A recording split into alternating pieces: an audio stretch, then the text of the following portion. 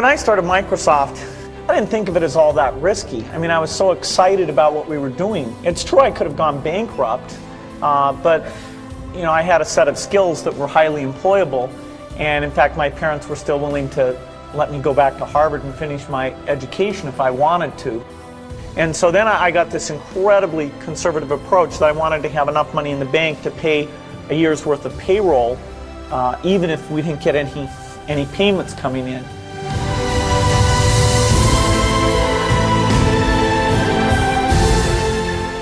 One of my biggest memories of Harvard came in January 1975 when I made a call from Courier House to a company in Albuquerque, New Mexico that had begun making the world's first personal computer.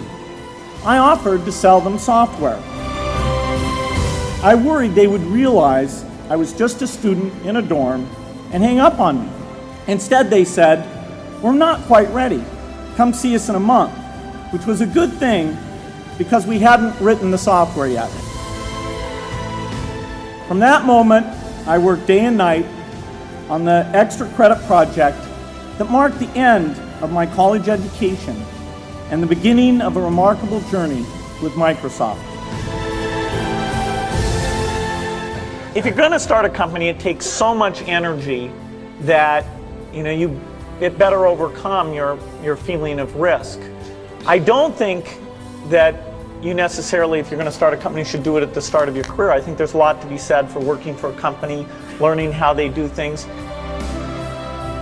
When people are first skeptical and they think, "Oh, this kid doesn't know anything," then when you show them you've really got a good product and you know something, they actually tend to go overboard and they think, "Whoa, they know a lot. Let's really do an incredible amount with these people." So our youth, at least in this country, was a huge asset for us once we reached a certain threshold. Those problems that come with starting a firm, you better think of those as part of the pleasure, part of the challenge that is part of the excitement.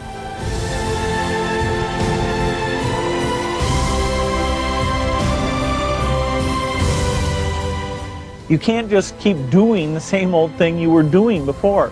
You have to take your skills and attack the new frontiers. In the business of technology, you have to think about what are you missing? What is the research or customer feedback that you should be paying more attention to? And how do you keep that pace of innovation very, very high? How do you make sure you're hiring the very best people?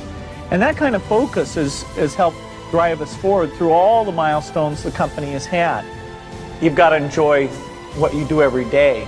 And for me, that's working with very smart people. It's working on new problems. Every time we think, hey, we've had a little bit of success, we're pretty careful not to dwell on it too much because the bar gets raised. People's expectations of the products, we've always got customer feedback telling us the machines are too complicated, they're not natural enough. About 25% of the time then I'm out traveling around meeting with customers, Europe, Asia, and that sort of helps me think, okay, do we have the right priorities? What are people responding well to, and what would they like to see us do better?